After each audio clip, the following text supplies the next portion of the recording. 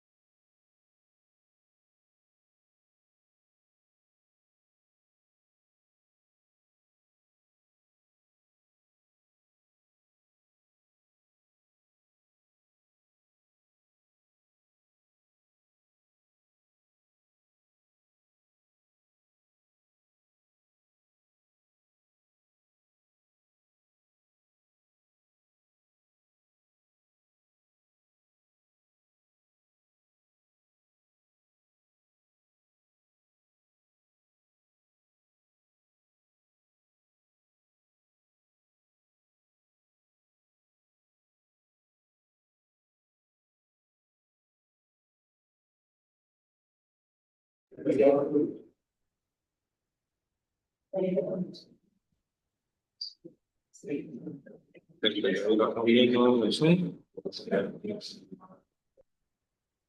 Y así se ve.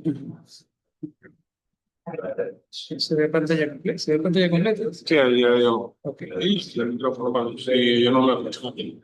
Para pasarlo, ve aquí las flechitas. Nada más las flechitas. Ok. No tengo ya nada. Ok, perfecto. Gracias.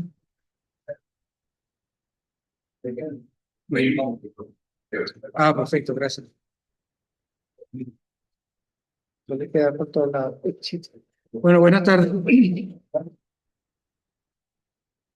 Bueno, la conferencia o charla de hoy es un poco más. Quiero agarrar el micrófono para que ellos lo escuchen aquí.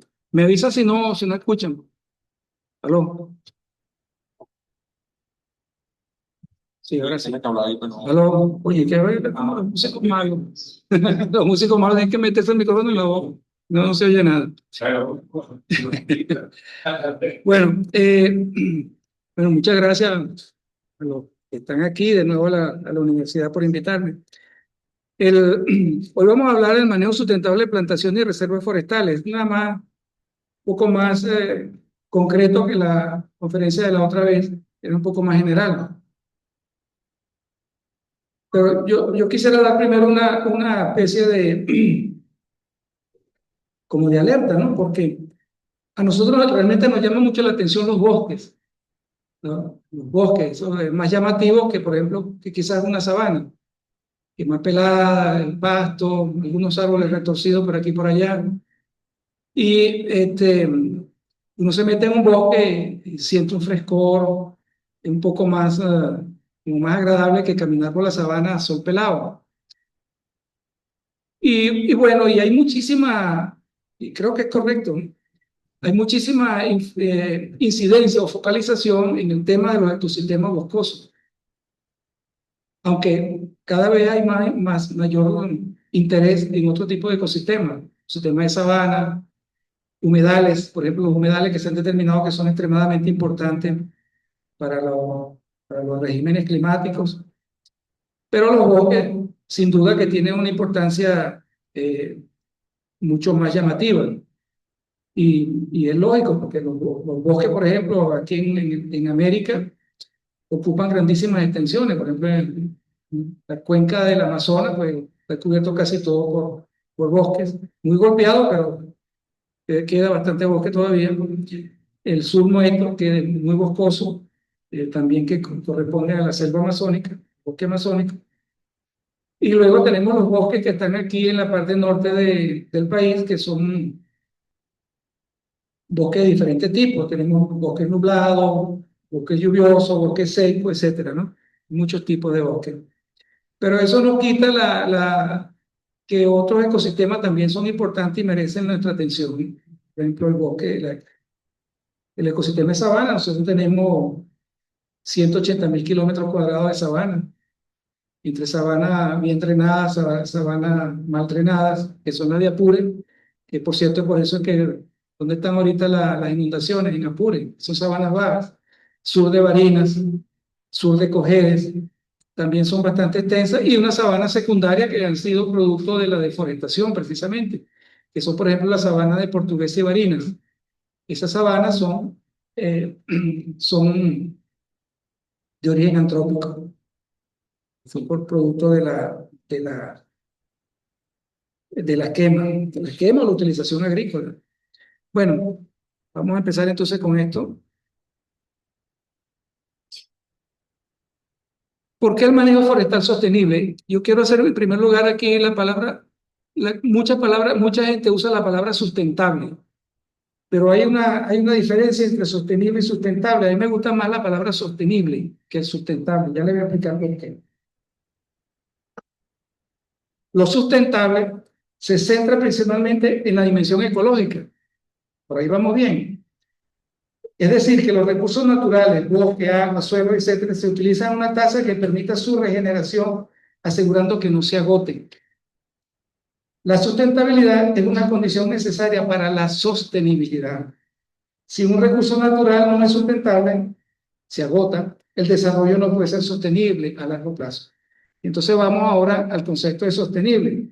Se enfoca en la capacidad de mantener algo en el tiempo, igual que lo sustentable, asegurando que las acciones presentes no comprometan las necesidades de las generaciones futuras. Y ahí se incorpora un tema social. Eso se llama solidaridad intergeneracional. Yo soy solidario con mi generación, la generación que me va a continuar.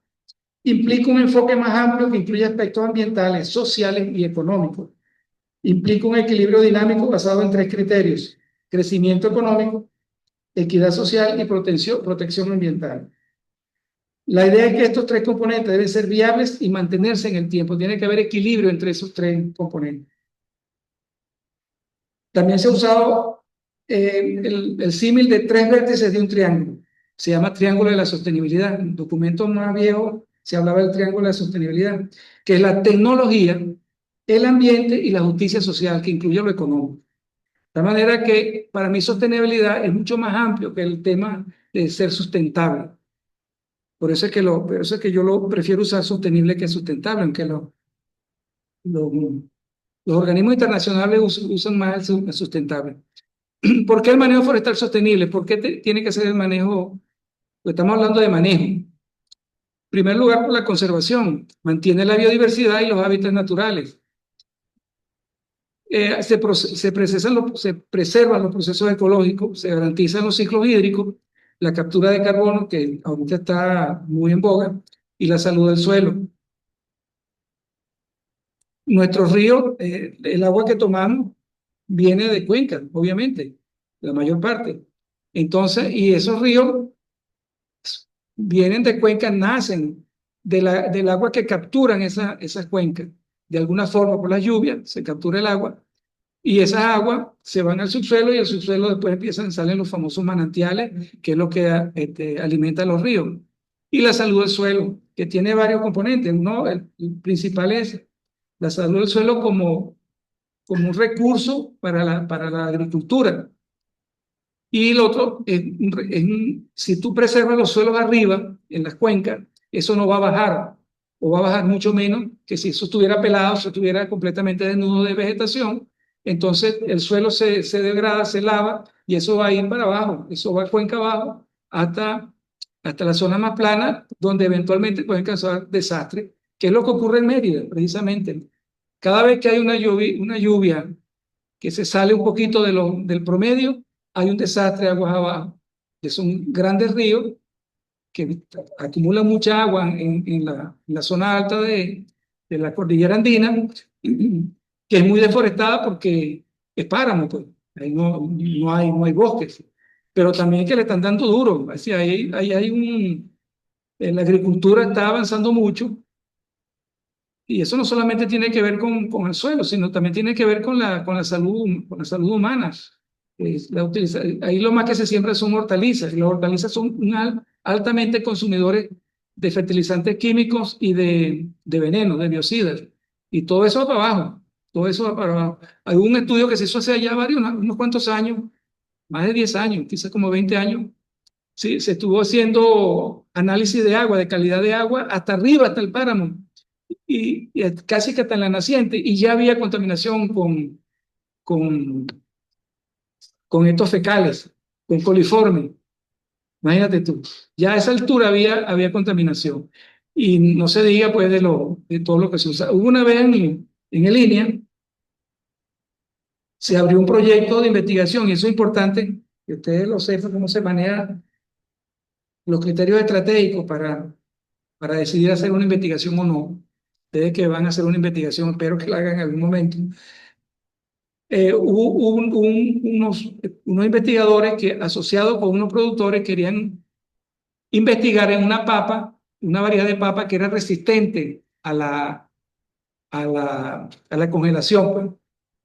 Sé que arriba en el páramo el agua amanece congelada, la mañanita esta agua está congelada. Entonces ellos querían tener una variedad de papa que fuera resistente o tolerante a la congelación. E incluso un trabajo genético bien, bien fuerte, ¿no? Y nos reunimos, el equipo directivo, y yo le decía, ¿y por qué razón queremos una papa que sea más resistente a las heladas? Bueno, para subir más en el páramo. Y eso es conveniente para las cuencas. Es conveniente que cada vez sembremos papa más arriba y más arriba y más arriba. Entonces, eh, esa investigación se paró. No se financió, simplemente se paró.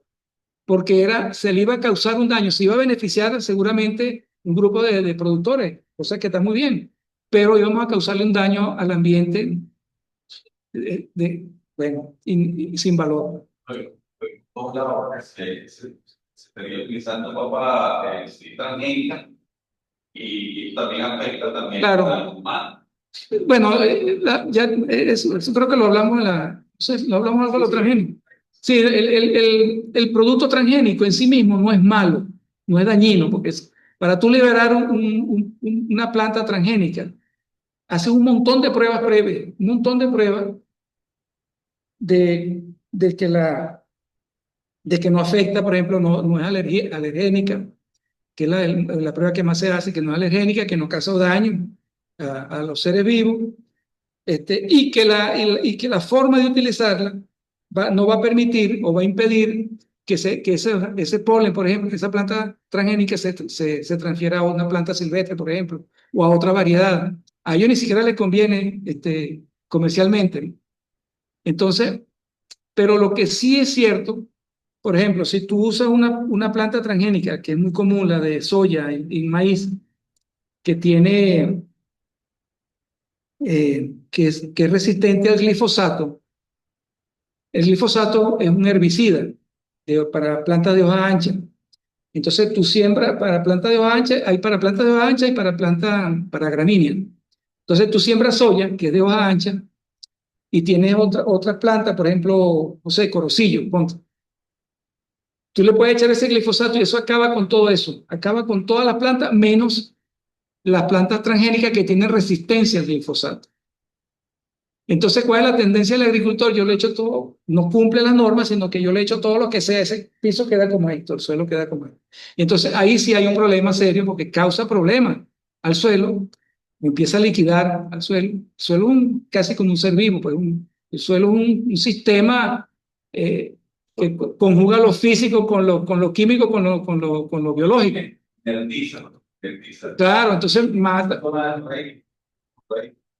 Y a esa persona es parte de tu educación, porque ellos trabajan con bandas rojas, manera de producir. Bueno, que ese es otro problema, ¿no? Aquí transgénico, aquí se está sembrando transgénico, viene de contrabando, maíz transgénico se está sembrando aquí. Y no tenemos forma de identificarlo. Los laboratorios que hacían eso ya no, creo que no están funcionando, eran dos nada más. Bueno, entonces, por eso que le digo que el tema de la sostenibilidad tiene todos esos bemoles y hay que considerar muchísimas cosas antes de iniciar un proyecto de investigación. El valor estratégico que tiene eso no es solamente, bueno, yo como investigador me dedico a hacer esta cosita aquí, que nadie me ve, pero ¿qué pasa después con el resto del planeta, ¿no? Entonces, eso hay que tomarlo en cuenta cuando se va a emprender una investigación. Bueno, y lo último es los beneficios sociales, generar recursos económicos, bienestar para comunidades locales, etcétera. ¿Cómo están los bosques en Venezuela? Yo le traje solamente un ejemplo. Esto es la Reserva Forestal Ticoporo, que es un ABRAE. Fíjense, en 1972, lo que está en rojo es el bosque, ajá, ahí se ven, y lo que está verde son ¿cómo se llama? Unidades agrícolas. Fíjense cómo va, 72, 79, 88, mire cómo van comiéndose lo verde, se va comiendo lo rojo, luego el 97, luego el 2002, mire cómo va lo verde, aquí luego está ese del 2008, el que está más a la izquierda, 2016, 8 años después, mire cómo va la cosa, y ya aquí este año, creo que es 2020, ya prácticamente no queda bosque, no queda bosque. Entonces, ahí ha habido, creo que lo comentábamos en la otra sesión, ha habido un poco de todo. Hay gente que son invasores profesionales, que invaden, limpian, deforestan, siembran pasto y luego venden la parcela y se van. Hay otros que realmente tienen necesidad, pero ahí es donde el Estado debería canalizar esa cuestión. Hay muchas tierras subutilizadas. No se ha implementado la ley de tierra en su forma como fue aprobada, que prevé, por ejemplo, impuestos sobre la tierra dependiendo del uso que tú le des. Si tú tienes tu tierra usada como debe ser, que incluye, por cierto, áreas de protección, no es que tienes que pelar todo, incluye áreas de protección, tú pagas menos impuestos. Si tú no tienes una tierra cercada y no haces nada, entonces tienes un impuesto mayor. De tal manera que se genera un impulso hacia la utilización, a la utilización de la tierra, pero de una forma como debe ser, adecuada, ¿no?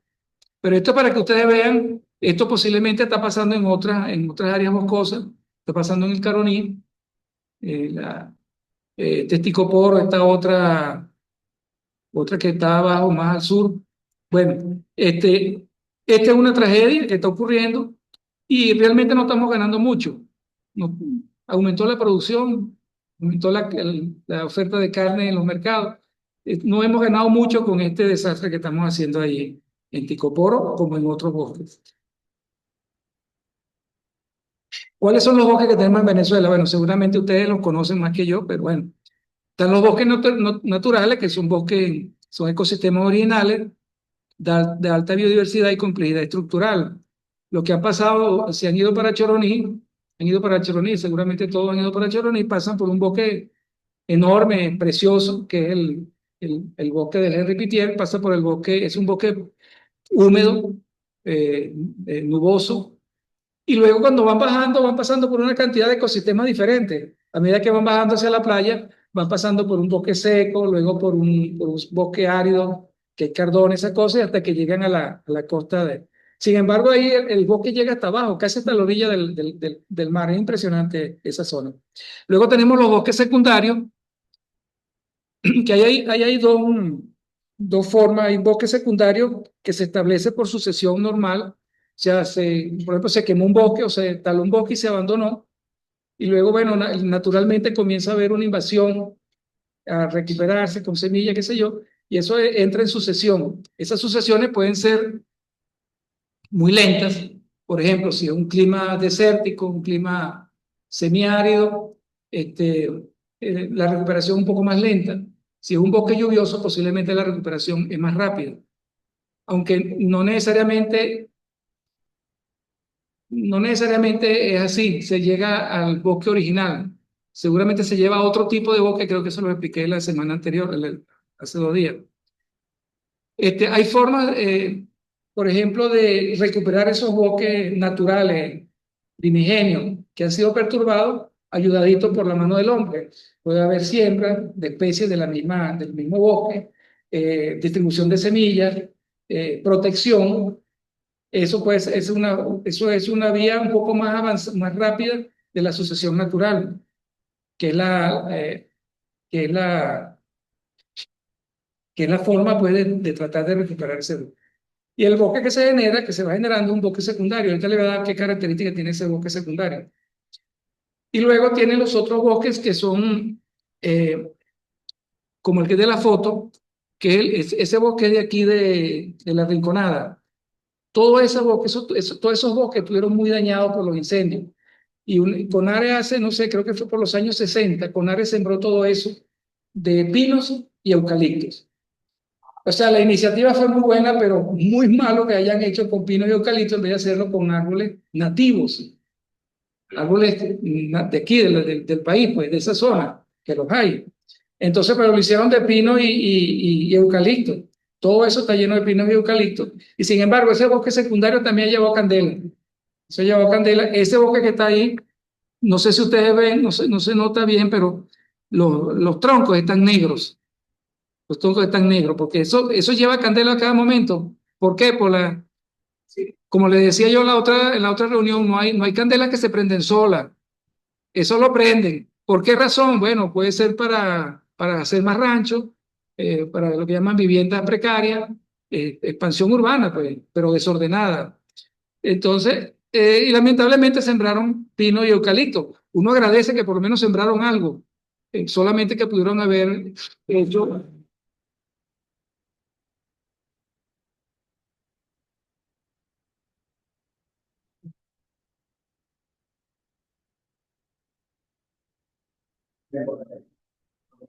Bueno, entonces, esos bosques secundarios, obviamente son secundarios porque no son primarios. Los primarios son los primigenios, los bosques naturales. eh, Son de esa naturaleza. Pues, incluso ahí, bueno, ahí no le puse la foto, pero yo vi ahí en ese bosque del Parque Hugo Chávez una sucesión secundaria parecida a una sabana. Incluso tenía elementos de la sabana. Interesantísimo, ¿no? Porque, fíjense ustedes, las crónicas antiguas y los estudios botánicos que se han hecho aquí en el Valle de Caracas, el Valle de Caracas era un bosque seco, tropical, con parches de sabanas, imagínense ustedes, en la época que no había sino los indígenas por aquí dando vueltas. Entonces, en las ciudades generalmente hay más agua, pues entonces se siembra, se riega, qué sé yo, entonces tú ves vienes por un peladero y cuando llega a la ciudad tú ves el bosque, lo verde de la ciudad. Estás llegando, por ejemplo, a Calabozo, van por aquella sabana seca y ven Calabozo, tiene mango, cosas de esas, ¿no? Entonces, lo único que la computación venezolana de Guayana tenía CBD por el goberí, eso era Ah, bueno, pero esa es otra cosa, esa es otra cosa. Entonces, fíjense, entonces hay dos formas de establecer un bosque secundario. Uno es sembrando cualquier cosa que crezca rápido, como estos pinos, que son pinos caribe, casi todo, y el eucalipto que, como decimos en la calle, ¿cómo se llama? Es rabocabulla, pues eso crece en cualquier lado. Es un árbol, es australiano, el pino caribe es de aquí de Centroamérica, por lo menos de América, y porque nosotros no tenemos pino, creo. Entonces, bueno, esa es la otra. Las plantaciones forestales a las que tú te refieres es esa que está ahí, esos uberitos. Son millones de hectáreas de pino caribe, nada más de pino caribe. ¿Qué había antes ahí?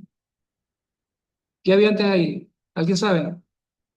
¿Qué había antes ahí en donde está el pino caribe? Sabana. Una sabana bien mala, por cierto, bien. Era de sabana, sabana, la que llaman paja peluda, que es traquipogo, el árbol ese retorcido, que es el chaparro, el alcornoque, alguna que otra palma por ahí regada, una sabana típica. Entonces, ese bosque es una plantación. Se plantó eso como sembrar maíz, como sembrar sorgo, es una plantación y tiene fines obviamente comerciales. Pero sin embargo, ocurre una cosa muy interesante.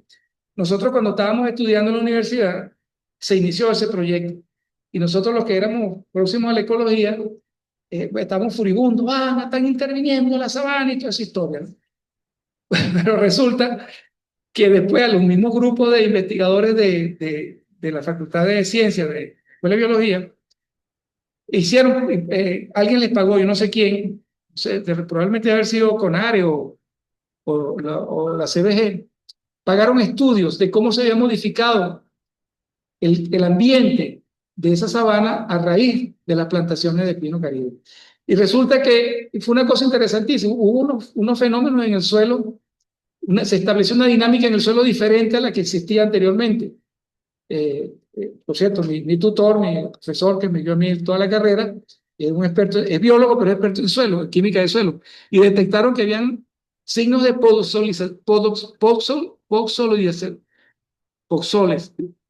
Había un avance hacia suelos poxólicos, güey, que es propio de climas templados o de climas muy lluviosos, y sin embargo se estaban dando ahí. La otra cosa, la fauna, la mesofauna que llaman, la mesofauna son las hormigas, los comegenes, todas esas cosas, se incrementó de una manera extraordinaria, porque el microclima promovió ese tipo de cosas. Además, las hormigas aprendieron a utilizar la aguja del pino. Entonces, la hoja del pino se llama aguja y es muy cerosa, es bien intragable, pero sin embargo ya inventaron para utilizarla, ¿no? Y las hormigas, los pachacos y las termitas.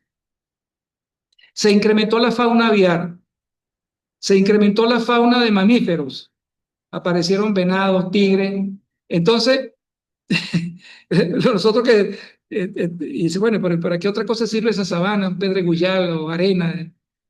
Sirvió para ese bosque. Y es realmente impresionante pasar por ese bosque, kilómetros y kilómetros y kilómetros de pino, lamentablemente muy mal utilizado porque dejaron envejecer y el pino no puede pasar, creo que 6 a 8 años para que la madera sea aprovechable. Luego de para Carlos servirá. Y luego están las reservas forestales, ¿verdad? Que son las áreas protegidas destinadas a la conservación y aprovechamiento sostenible. Esas son, por ejemplo, el que le enseñé de Ticoporo, la Reserva Forestal de Imataca. Hay varias reservas forestales que tienen una importancia de todo tipo. Eh, en principio para su conservación, pero también eso permite que si son cuencas de río, por ejemplo, el Caroní se alimenta de toda esa selva que está ahí, ¿no? Entonces, esa cuenca, eso surge ahí. Por eso que ese río es negro. Ustedes conocen el Caroní, ¿no? Un río negro, de aguas negras.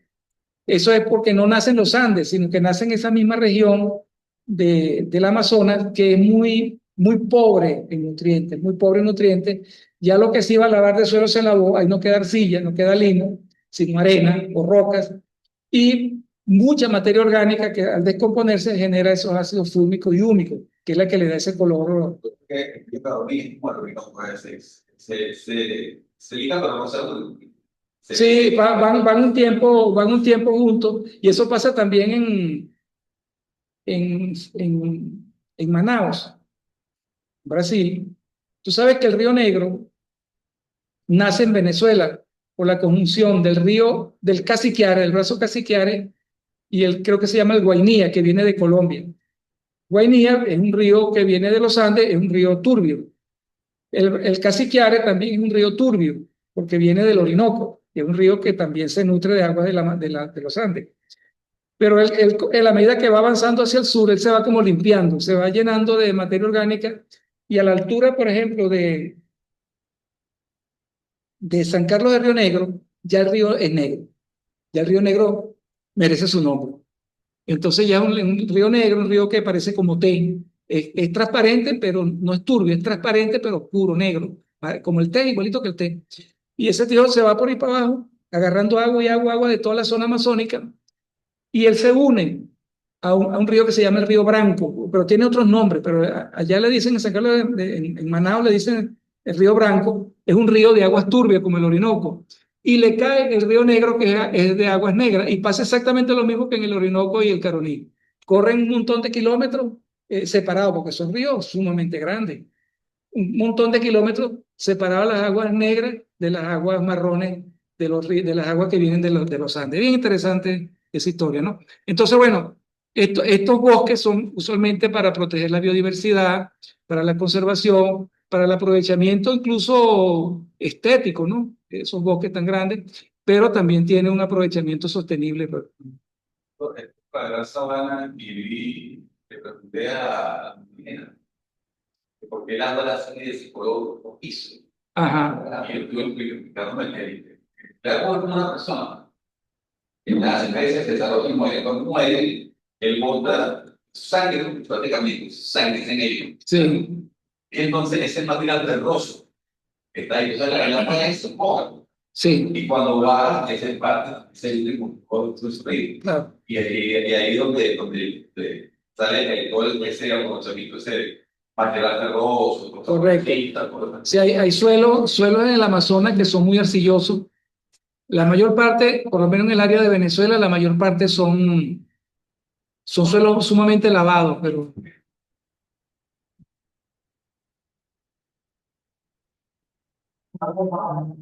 ya, no te pierdas nada. Ese pregunta Marta nunca preguntó, ¿hay un nombre o No, no que yo conozca. No se une simplemente porque no hay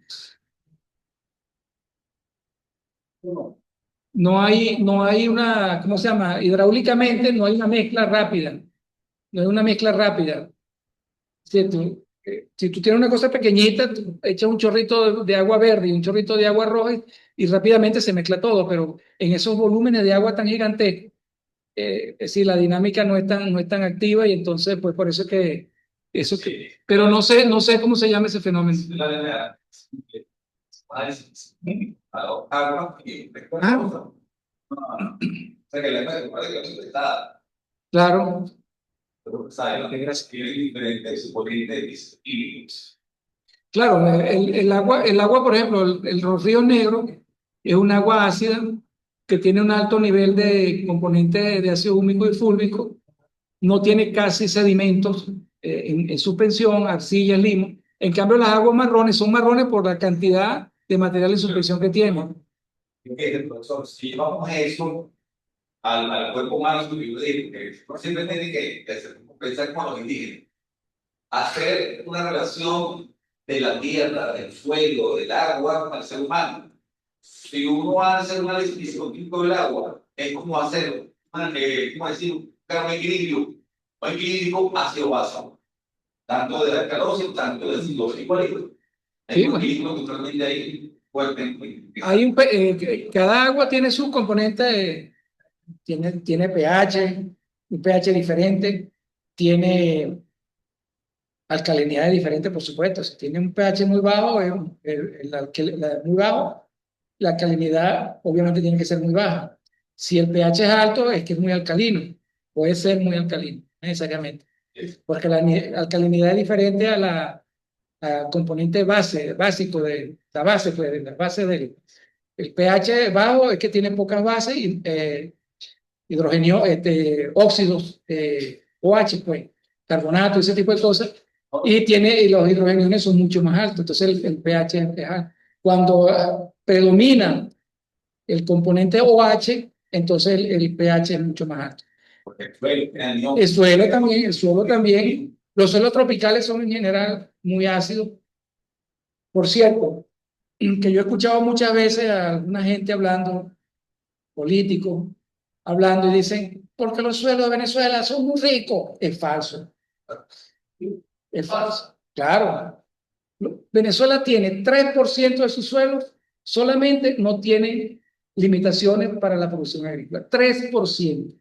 Que tenemos muchos suelos, sí es cierto, tenemos muchos suelos, pero los suelos son casi siempre ácidos, muy pobres en fósforo, muy pobres en nitrógeno, muy pobres en cationes, y por eso es que nosotros tenemos que usar grandes cantidades de calcio, de carbonato de calcio para aumentar el pH de los suelos. Por eso es que usamos tantísima cantidad de fertilizantes nitrogenados y fosfatados, porque los suelos naturalmente son muy pobres. Solamente 3% de nuestros suelos tienen lo que se llama, son de clase 1, clase 2, que no tienen limitaciones para la producción agrícola. ¿Cuáles son esos suelos? Sur del lago de Maracaibo, algunos suelos de Portuguesa, en los valles de Aragua, Valle de Aragua, algunos de Cogede y algunos del estado Bolívar, y unos suelos muy buenos por la Paragua. Digo que se realiza el programa explicar. Ya sé por aquí, se ganaron aquí, estamos. Quiere decir que eso. Lo que pasa es que nosotros hemos desarrollado tecnologías para producir en nuestros suelos. Nosotros hemos desarrollado tecnología en línea. Para saberlo. Lo dice el presidente Chávez. Mira, ¿qué más sembrar nada melón? No, tienes que hacer peritaje. Saber, ahí, Pero saber que dice, solo es ácido, alcalino, igual, mira, nosotros tenemos una relación que aquí mismo quedan los gases materiales del ser humano. Oye, toma los gases de acá de los teles, y ahí lo metes en un equilibrio, y te dice cómo estás. hay mapas se han hecho, en Venezuela, mapas, por ejemplo, que se llaman de vocación agrícola. O sea, que se estudian los suelos. ¿Qué se estudia los suelos? Sus componentes químicos, nitrógeno, fósforo, potasio, contenido de materia orgánica, cationes, hasta ahí llegan. Se pueden hacer más, pero hasta ahí llegan. Ajá, luego se estudia la textura del suelo. ¿Qué es la textura del suelo? ¿Cuál es la proporción que tiene entre arcilla, limo y arena? Porque eso tiene un efecto. Por ejemplo, los suelos muy arcillosos retienen más nutrientes, pero son más difíciles de trabajar agrícolamente. Entonces, todos esos componentes los toman en cuenta. Si un suelo es muy arenoso, no retiene el agua.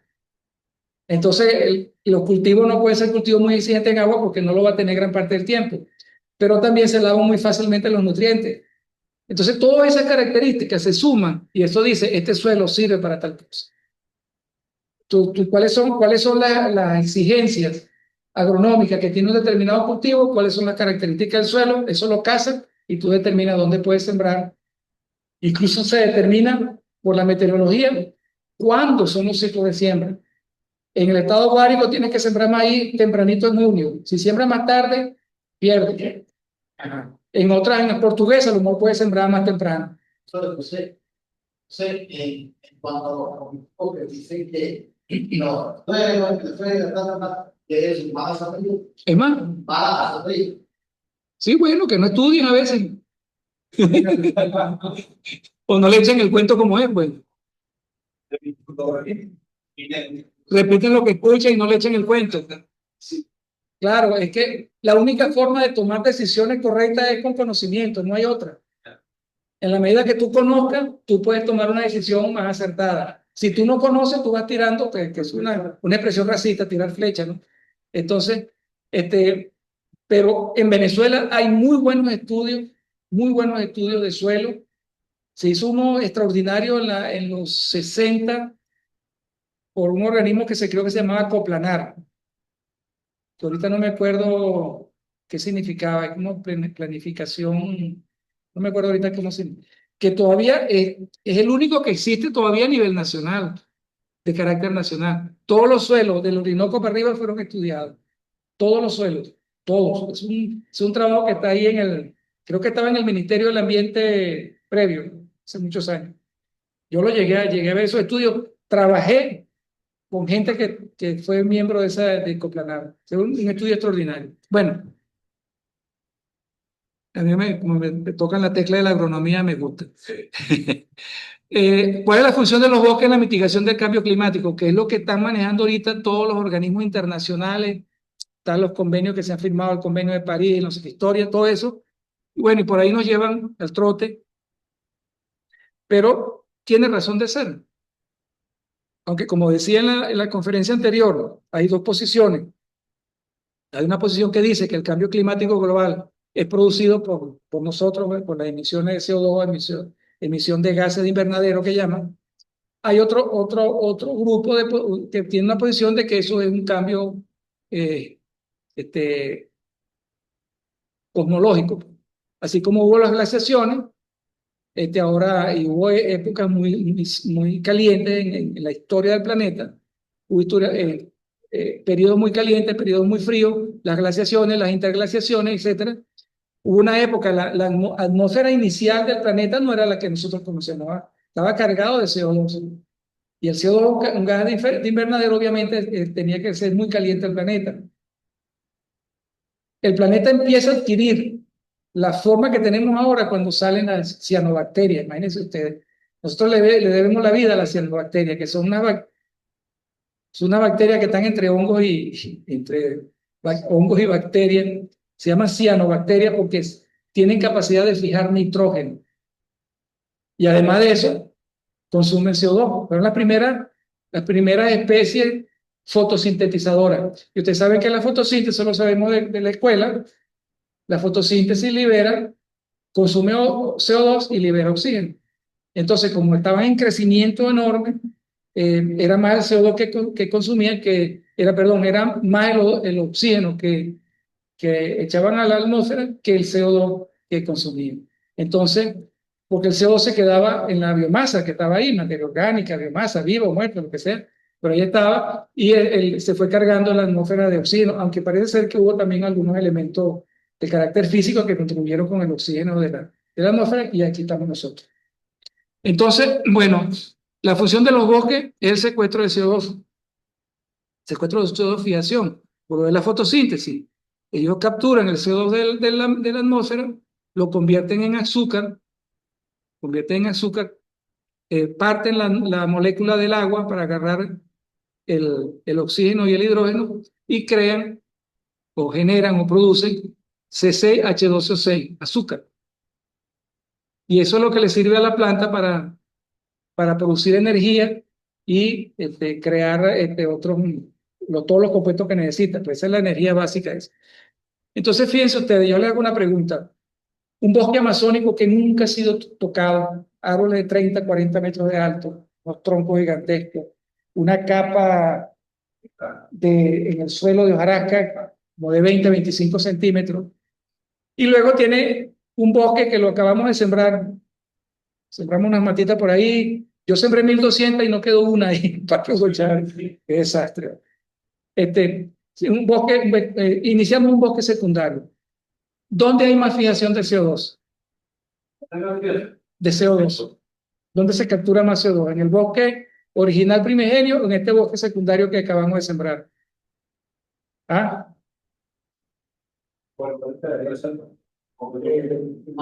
En el bosque primario, ¿verdad? ¿Quién más? No hay más apuestas. Bueno, en el bosque secundario. Ya te explico. El bosque primario está ya en un estado de madurez que ya no crece mucho más. No crece mucho más de ahí. Entonces, claro, él agarra CO2, pulsa oxígeno en el día y en la noche es al revés la cosa. Él agarra el azúcar, la quema, sale CO2 otra vez al aire y el oxígeno lo usa ella la planta para sus procesos vitales, pues, en las cadenas respiratorias que llaman, etcétera. Entonces, claro, si hay una acumulación de CO2 porque se mueren las hojas y caen al suelo y no se vuelven al aire, a la atmósfera, se queda en el suelo generando esa capa de materia orgánica. Entonces, hay una acumulación de CO2 ahí, de secuestro de CO2 en los troncos, que secuestra CO2, y en las hojas que mueren, crecen, mueren, se quedan ahí en el suelo. Sí, abajo, en el piso, en la superficie del suelo, en el piso. Tú caminas por ahí en el bosque, por ejemplo, en San Carlos de Río Negro, y es como una alfombra, eso se hunde. Sí, porque es una capa así de hojas y de raicillas. ¿Sí? Las raíces que absorben los nutrientes están en esa capa porque el ciclo es tan cerrado que apenas cae una hojita, eso inmediatamente lo invade unos hongos que están asociados a las raíces de las plantas, la rizosfera. Entonces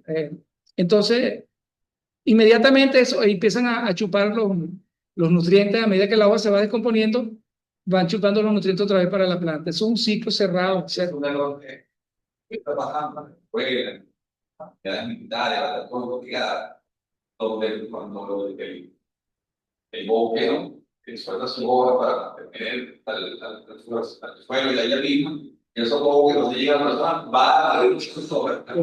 Eso, sí, sí, eso lo he visto, lo he visto en la, lo he visto. Yo veo esas raíces, pienso como que veo una mujer desnuda. Sí, claro. Pero las venas. No, y sobre todo que están retirando nutrientes de ese pequeño ecosistema. Entonces, el bosque secundario, en cambio, está en crecimiento. Entonces absorbe mucho más CO2, acumula mucho más CO2 que el bosque que está de manera primigenia. Ajá. La otra regulación hídrica no es lo mismo que en un cerro caiga una lluvia, ¿cómo se viene esa agua si no hay nada ahí que lo detenga? Eso va raspando, trayendo sedimento para el valle, ¿no? Si hay bosques, precisamente esos aracas, las copas, ejerce un efecto de amortigación, ¿cómo se diría? Amortigamiento de la lluvia y le da más tiempo al suelo a penetrarse de esa agua, de imbiberse de esa agua, y entonces esa agua va corriendo entonces más lentamente a la... ¿Perdone? Sí, sí, claro, obviamente. Un elemento sumamente importante, un componente sumamente importante de los ecosistemas son los organismos descompositores. Mi español está mal, ¿vale? Sí, el compost. Entonces, ahí hay hongos, hay bacterias, hay mesofauna, que es la primera que actúa sobre las hojas, que es la mesofauna, las lombrices de tierra. O sea, eso es todo un mundo que actúa en la descomposición de la... Bacteria o lo que está ahí. Tú no estás matando el bacteria y tú estás matando la función de Claro, exacto, elimina la función. Ajá, entonces, la regulación hídrica es sumamente importante. Primero por esa regulación del flujo de agua en el ecosistema, si lo vemos en un nivel más alto en la cuenca, el agua baja con con más, eh, más, más poco a poco, pues. Y no hay tanto arrastre de sedimento, que es lo que ocupa en los ríos, por ejemplo, entonces se sedimenta, entonces sube el nivel, cuando hay agua, hay menos espacio para el agua, pues el agua se desborda, que es lo que ocurre en esas inundaciones que ustedes también. Luego, bueno, la conservación pura y simple, la conservación, y los servicios ambientales, que es sumamente interesante. Los servicios ambientales a veces son intangibles, ¿no? De sentarse debajo de un árbol o un bosque y ver eso tiene un valor, pero es intangible, no lo podemos... Bueno, hay alguien que sí, yo les eché el cuento de Costa Rica, ¿no? De ver el pajarito. A veces, solo monetizan, ¿no? Solo monetizan, se puede monetizar los servicios, quienes mantienen los servicios ambientales, y hay un ejemplo más adelante que les voy a dar, deben recibir una remuneración, deben vivir de ese... la sombra, el olor, Todo. que genera para la salud. Claro. Físico, vital, social, ambiental. O sea, es algo intangible, Exactamente. pero para la salud humana es mejor. Exactamente. ¿Tú estabas levantando la mano? Sí, es importante para mí que estoy entendiendo y la naturaleza, de acuerdo a su evolución, produce en su etapa juvenil, en su etapa de crecimiento, mayor energía positiva para el planeta, ¿verdad? Que lo que ya estamos viendo. No, fíjate. No lo vean más. Me estoy refiriendo solamente al CO2. Mira, nosotros, vamos a poner el ejemplo humano que nos le gusta acompañar. Nosotros, ya yo tengo 70 y pico de años. O sea, yo, lo que más me crece es la barriga. Pero ya, por ejemplo, yo no estoy en crecimiento como mi nieta de 3 años, que come como una demonia, porque está creciendo, está acumulando hueso, está acumulando carne. Entonces, yo necesito solamente para mantenerme, para hacer mis actividades básicas, todos los que somos adultos. Entonces, nosotros en principio no deberíamos necesitar un adolescente. ¿Por qué los adolescentes comen tanto? Porque están reconstruyendo su organismo para pasar de niño a adulto.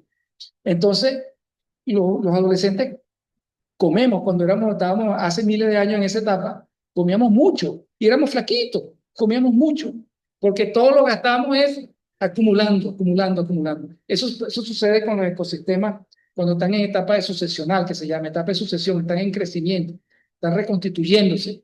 Entonces, atrapan mucho oxígeno, mucho CO2 porque lo acumulan en las raíces, lo acumulan en el tallo, lo acumulan en las hojas. Bueno, las hojas cambian, ¿no? Las hojas cambian. Pero esas hojas que cambian quedan ahí. Y entonces ese CO2 que está en esas hojas, una parte obviamente, cuando empieza el proceso de degradación, de mineralización, se va de nuevo al aire, a la atmósfera, pero es más el que queda atrapado en la materia orgánica del suelo, en las raíces. Las raíces de abajo también se mueren y eso queda ahí, nacen otras y se queda. Entonces, eso es un bosque ya maduro, es como de mantenimiento, como mantenimiento, pero un bosque que está creciendo, está acumulando biomasa y por consecuencia la biomasa gran parte es materia orgánica, es CO2, carbono, nosotros estamos hechos de carbono y agua. Entonces, esa es la razón por la cual se acumula más, no tanto la cuestión energética, ¿no? Ese otro tema, el tema energético, pero es fundamentalmente por eso. O sea, cuando tú estás creciendo, estás acumulando. Cuando ya tú llegas a tu etapa madura, estás en proceso de mantenimiento.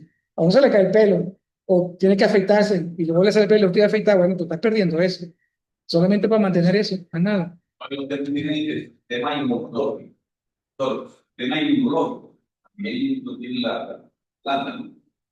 Lo tiene el SIDA, síndrome de inmunodeficiencia adquirida. ¿Por qué? Porque esta ataca el sistema inmunológico.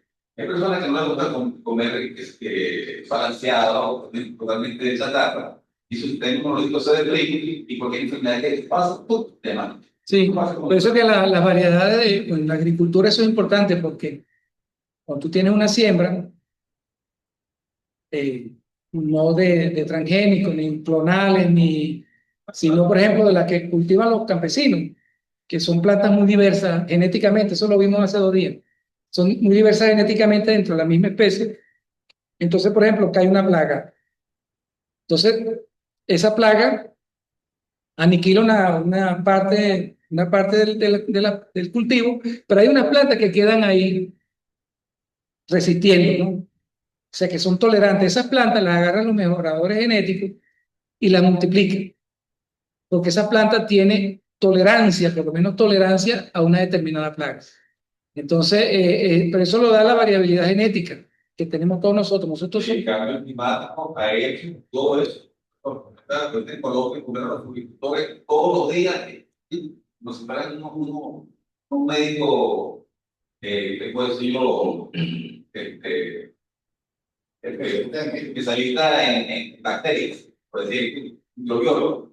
¿Por qué? Porque son técnicos, parecen los microbiólogos. ¿Por qué? Porque todos los días la crisis climática, el cambio climático, ha hecho que estas afectaciones, que ya no le colocan cualquier tipo de, no, ya no va a aguantar. ¿Por qué? Porque la crisis climática ha hecho que cada día avance más en enfermedades tropicales. Se llama así. sí. Bueno, fíjense, en el marco legal y político en Venezuela, bueno, como todos sabemos, nosotros tenemos un marco legal muy profuso con relación al ambiente, lo veíamos hace 2 días. Está la Ley Orgánica de los Pueblos y Comunidades Indígenas, porque ahorita hay mucha atención al género, mucha atención a las comunidades indígenas, mucha atención a las etnias, a las minorías. Entonces, bueno, eso se le ha tratado de dar cuerpo legal en nuestras regulaciones internas, ¿no? La normativa para el aprovechamiento forestal, las regulaciones de protección ambiental, todo eso existe, un montón de leyes que tienen que ver con eso, ¿no? Hay una declaración de 15 cuencas prioritarias para el país, hay protección, por ejemplo, para el vaciado de aguas en los cuerpos de agua, por cloacas o por lo que sea, por las industrias. Es un bien extensa esa ley, un decreto 3229, creo que que regula cómo debe estar el agua para que pueda ser vertida en un río o un lago. ¿Cuáles son los máximos permisibles de componentes ahí? De fósforo, de nitrógeno, de lixiviados tóxicos. Y dígame si son aguas industriales, todavía es más fuerte la regulación. Falta que se cumpla, ¿no? Pero esas leyes están ahí. Hablábamos también del decreto 833, creo que el 833, que es el que regula el vertido de agua en el lago de Valencia, es particular para el lago de Valencia. Para un lago endorreico, muy frágil porque no tiene salida, entonces el agua lo que cae ahí se queda, pero el agua que sale solamente por evaporación. Entonces eso más bien concentra lo que está entrando ahí. De hecho, el agua de Valencia, no sé si lo sabían, ¿es de agua dulce o agua salada? El agua de Valencia, ¿agua dulce o agua salada? Por eso. Ajá. Claro. El agua de Valencia, ¿agua dulce o agua salada? Es salobre, correcto.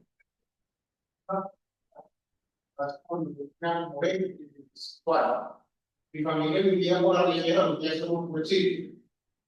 Pero es cierto que eso que todo el agua que hay ahí No sale, no sale. no sale. Incluso, que por la oportunidad, tenía bien una hacienda grande, pero entonces estamos casi como utilizando y incorporamos 3-4 ríos.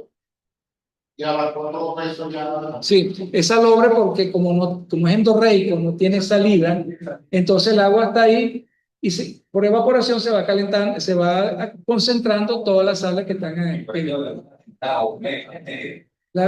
Ajá, esa también es salada. Pero yo creo que ese es por otra condición. Creo que por el suelo. Sí, creo que por otra condición. De ahí sacan sí, de ahí sacan, ¿cómo es que lo llaman? La gente que fabrica chimón. Sacan la sal de ahí para preparar chimón.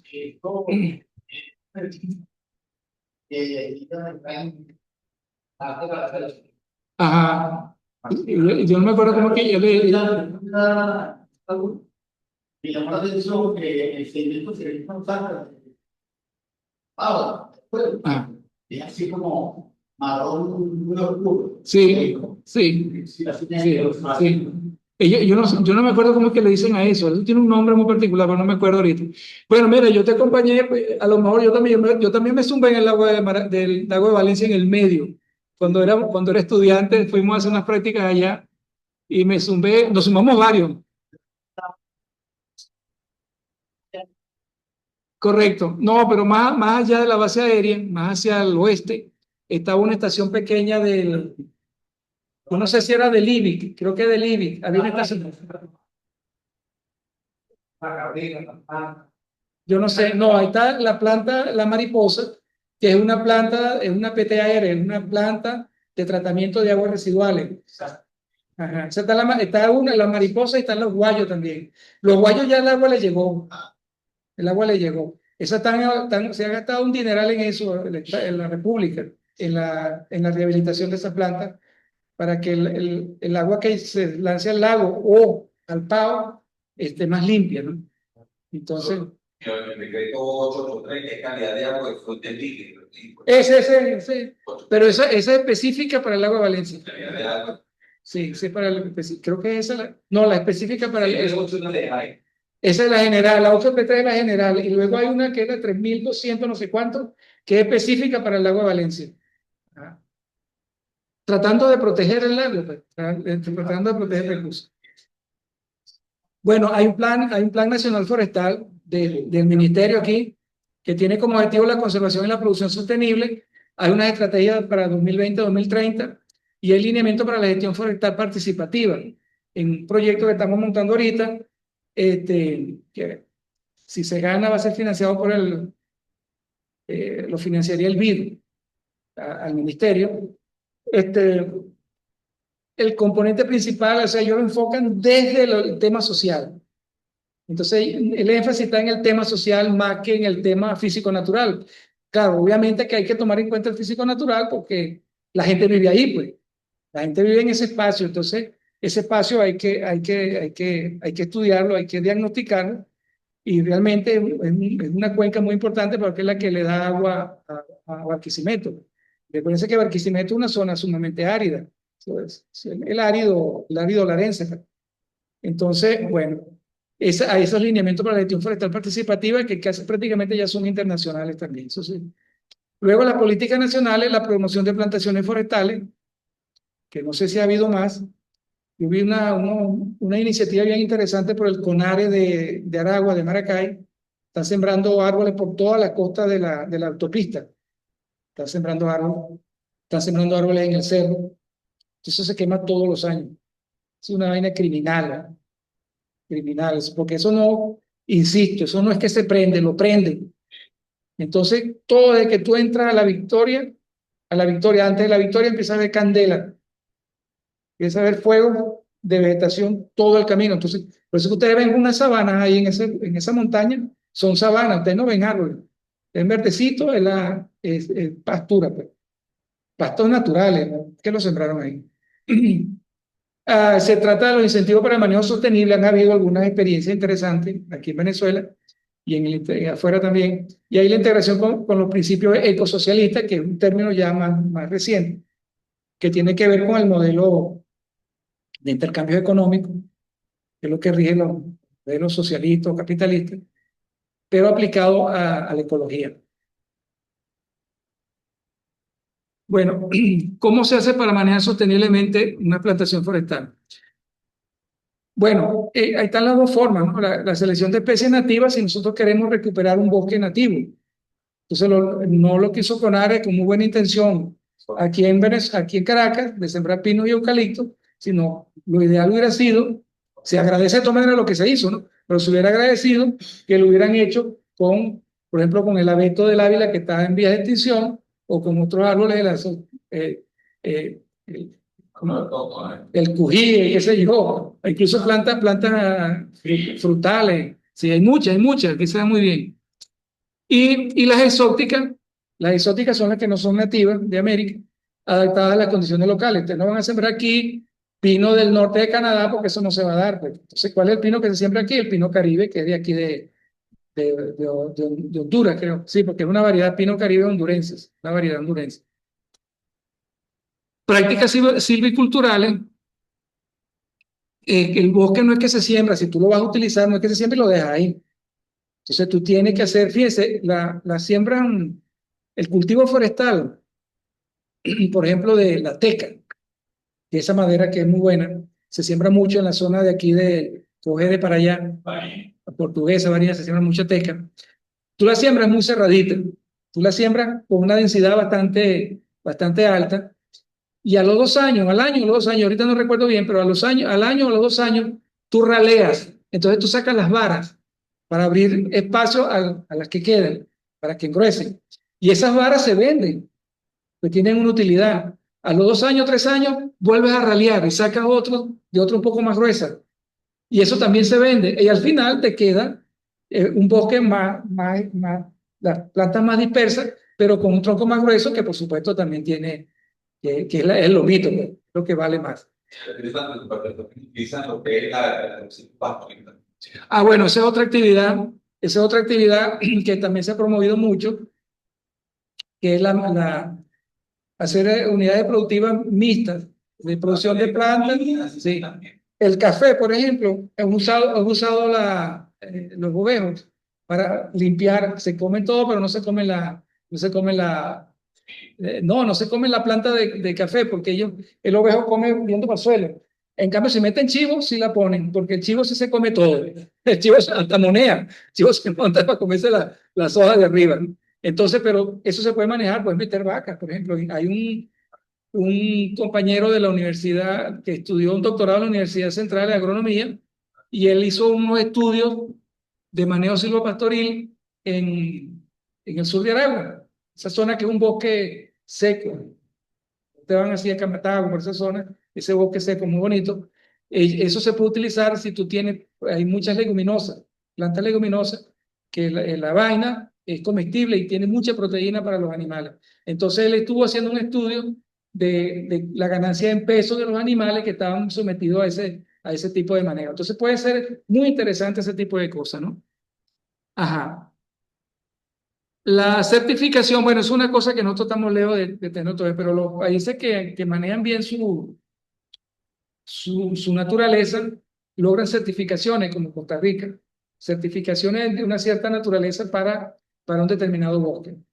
Entonces, eso le da valor para conseguir crédito. Acuérdense que los créditos, los famosos bonos verdes y los bonos de carbón, no es dado plata, esos son créditos, créditos que asume la República. Y entonces, pero si tú tienes, por ejemplo, un bosque certificado, tú estás demostrando que tú tienes una vocación hacia la conservación y te pueden entonces tener acceso a ese tipo de bonos. Y es un crédito, de todas maneras. Hay algunos que son a fondo perdido, pero la mayoría de créditos. Ajá, aquí están los manejos de reservas forestales y bosques naturales.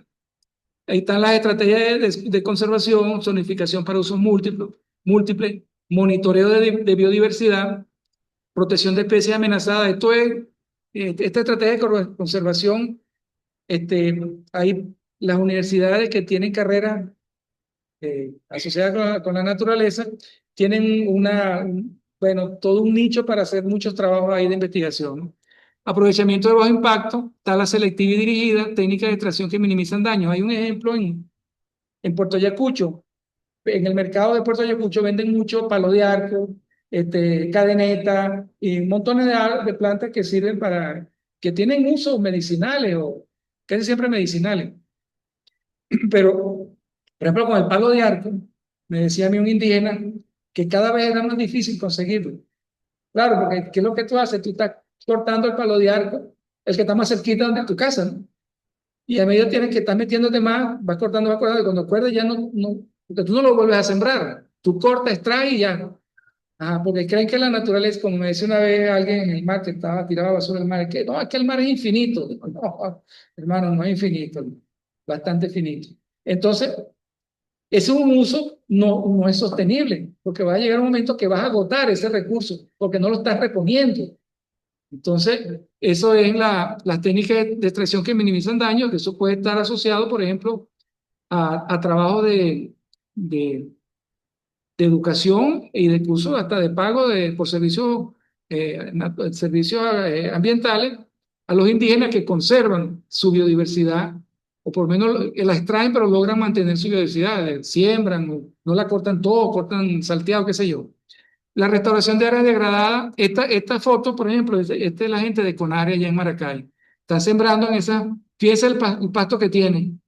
Es una sabana en cerro. Es una sabana en cerro. O sea, las sabanas no siempre están en lo plano. Hay sabanas en cerro. ¿A dónde? Ah, bueno. Eso es sabana. Porque fíjense, eso es interesante, ese concepto de sabana. ¿Cuál es el concepto de sabana? ¿Qué entienden ustedes por sabana? ¿Ah? Ajá. Un territorio, una tierra totalmente rara, vegetación, ni siquiera Que era llano, que era llano. Bueno, fíjense, son dos conceptos diferentes, porque el llano es que está plano. Y llano hay aquí, váyanse para las planicies de Estados Unidos, de Canadá. Eso sí es llano, pero no es sabana. Así tengan hierbas. Porque la sabana, el concepto de sabana es un concepto climático. Una sabana, aunque de eso también hay discusión en todo, una sabana es un ecosistema donde predominan las gramíneas, pueden haber árboles o no, en diferentes densidades, y está sujeto a un régimen de lluvias sumamente estacional. Usualmente los suelos son muy malos, pobres. Malo no es la expresión, pobre. Entonces, esa es la sabana. Entonces, cuando ustedes le hablen de la sabana del Serengeti en África, estamos hablando de sabana, pero si le hablan de la sabana de Australia, no le están hablando de sabana, eso no es sabana, eso es un pastizal. Las praderas de Argentina son praderas, un pastizal, no son sabanas. Y eso es llanito también. Entonces el llano, no necesariamente todo llano es una sabana. No necesariamente todo llano es sabana. Entonces esta sabana apunte queman. Eso que lo queman todos los años, por supuesto, ya la vegetación forestal, la arbórea, se acabó, pues. Entonces fíjense que lo que está al fondo detrás creo que una señora que está allá, a la derecha, allá, parece el chaparro. Parece el chaparro, que es un árbol típico de la sabana. ¿Cómo se llama? Pirofítico, o sea que aguanta la candela, tolerante a la candela. Todos los árboles de la sabana aguantan a la candela, aguantan el fuego. Pues lo único, por eso es que están ahí. No es que les gusta, es que lo soportan, por eso es que están ahí. Sí. Mira, antes de España, fue algo que aquí No sé qué, no sé dónde es eso. en el norte de Santander. Ajá. Y una sabana esa y uno la trataba quemando para tratar a Apolo. Ah, bueno. Imagínate. Esa amapola vale mucho más real que la pasta de la sabana. La gran sabana, y a partir de algo que me impresionó fue el kilómetro 80, antes del kilómetro 88 y después del kilómetro 88. La vegetación. Sí, el cambio Que en cambio, Es un pastico así cortito. Es una sabana edáfica, porque ahí llueve todo el año. sí, Entonces, el componente climático de lluvia estacional no se cumple ahí. Entonces, una sabana edáfica, se llama sabana edáfica porque es por las condiciones del suelo. Por las condiciones del suelo es tan pobre que no logra que crezca otro tipo de vegetación. Al norte de Puerto Ayacucho también es así. oye, aquí, ¿Dónde es es eso? impresionante. Ahora pasando por. Sí, sí. No, mira, yo estuve muestreando, bueno, estuvimos muestreando unos suelos en San Carlos Río Negro, en una estación de Libic. Yo soy llanero y de Guárico. Y después que trabajé, cuando empecé a trabajar, antes de graduarme empecé a trabajar en la sabana, pero allá donde el diablo dio la vuelta, al sur de Santa María y Pire. Y uno está acostumbrado pues, a ver el horizonte, ¿no? Entonces, estuvimos trabajando como 3 días haciendo un muestreo porque era muy duro, porque el cierro tenía ripios y cosas, bueno, abriendo los huecos y la cosa. Entonces, después que terminamos el muestreo, nos comimos una cosita ahí, el último día nos comimos una cosita ahí debajo de los árboles y tal. Y después que nos quedamos ahí hablando, pistolada, y ahí me entró como una angustia. Si ver esos árboles tan grandes, la sombra, me salí para la carretera. No pude estar ahí debajo del dosel del bosque porque me sentía como oprimido, ¿no? Me dio como una especie de angustia. Y me salí para la carretera a ver el cielo, porque puede ser opresor, oprimido. Ahí, 40 metros de diferencia, más fuerte. Sí, bueno, claro, no, y sí, caen, porque Sí, ya. claro, aquí se asocia el llano con la sabana, porque la mayor parte son terrenos llanos. Pero en el argot popular, decir llanero es decir que eres de la sabana. Pero la sabana en términos rigurosos, estrictos, la sabana es eso que yo les digo. Es un ecosistema, es un bioma porque en la sabana sí hay muchos diferentes tipos de ecosistemas, pero son asociados. Por ejemplo, en la sabana hay morichales. El morichal no tiene hierba. La pregunta es, o sea, obligatoriamente, en el movilizar, hay agua subterránea, Sí, ¿verdad? sí, sí, porque, mira, uno dice, no es que al moriche le guste el agua, es que es el que tolera condiciones de raíces inundadas, de raíces cubiertas de agua todo el tiempo. Entonces, bueno, evolutivamente, esa palma se desarrolló para tolerar las condiciones de anegamiento. Y entonces por eso es que está ahí. Los esteros, pero Los heteros, ahí está, ese es otro tipo de sabana, esa es la sabana llanera, ese es Copernicia tectorum, esa también tolera suelos húmedos, tolera mucho la inundación, está usualmente en suelos arcillosos, es un indicador de suelo arcilloso. Es un indicador de suelo arcilloso. Si cuando usted vea una palma llanera, que es el suelo arcilloso. está muy cerca de la Ajá, ese es más hacia el suroeste.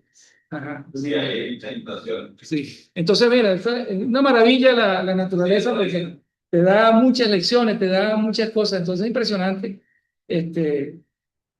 Cuando tú estás en la sabana, tú dices, no, es un ecosistema sencillo. No es sencillo, nada sencillo. Tiene sus complejidades, obviamente, tiene mucho menos componente a lo mejor que un bosque amazónico.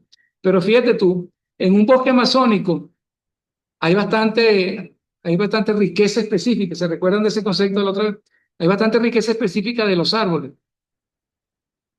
Pero En el sotobosque casi no hay nada, porque la sombra es muy fuerte y no crece nada.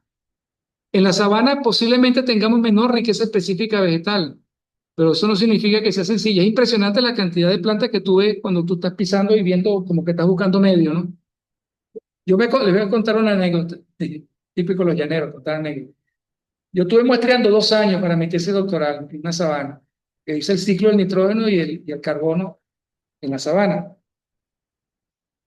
Y una vez el traquipogo, que es la que llaman paja pelúa, que es la hierba dominante en la sabana, muy reseca, por eso es que la queman muchas veces, la queman porque el brote es lo que se come el ganado. Cuando está muy seca así, no la come mucho. Entonces, ella tiene, como casi todas las especies de la sabana, no se reproduce por semilla. Las semillas no son viables. La adaptación de ellos es que en las raíces se extienden por rizoma y de ahí van saliendo las otras plantitas. Entonces, en uno de los mismos muestreos estaban comenzando las lluvias. Yo veo debajo la macolla del traquipogon, de la paja peluda, un montón de plantulitas así chiquititas. Y yo dije, estoy observando algo que nadie ha visto. Se reproducen por semillas el traquipogon, porque todos los libros dicen que no se reproduce por semillas. Y yo, coño, ya tengo una publicación aquí fija, yo estoy descubriendo algo interesantísimo, ¿no? Que nadie ha visto, una reproducción directa. Bueno, el mes siguiente me toca el otro muestreo y me voy con un vaquiano, un compañero que trabaja ahí, un obrero de campo, se llama Ramón Ruiz, ya murió. Le digo, pero la vi, me parece, cuando la veo, ya estaba como de este tamañito, sigue siendo muy pequeñita, pero tenía 2 espiguitas. Oye, esto es una planta adulta, ya espigó en un mes. Entonces le digo a Ramón Ruiz, Ramón, ¿qué es eso? Se llama Juan del Camino y sirve para la fiebre. Ajá. Era una planta, que yo pensaba que era una plántula del traquipogo, resulta que era otra especie diferente que dura 1 mes y medio, 2 meses nada más. Son unas que llaman terofitas. Y se muere, deja la semillita y la semillita cuando vuelve el año siguiente con la primera lluvia vuelve el ciclo. Con semillas, sexualmente, con semillas. Que es una particularidad porque muchas de las especies de la sabana no se reproducen por semillas. Las semillas no son viables, no germinan. Han hecho pruebas, las han escarificado, las han hecho de todo, las han quemado y no germinan. Entonces, la mayor parte de las especies de la sabana por las raíces. Entonces, bueno, esas son las cosas que uno descubre en la naturaleza, ¿no? Eso es lo bonito de ser ecólogo. Ajá. ¿Dónde quedamos? Restauración de área degradada, bueno, ya eso lo vi.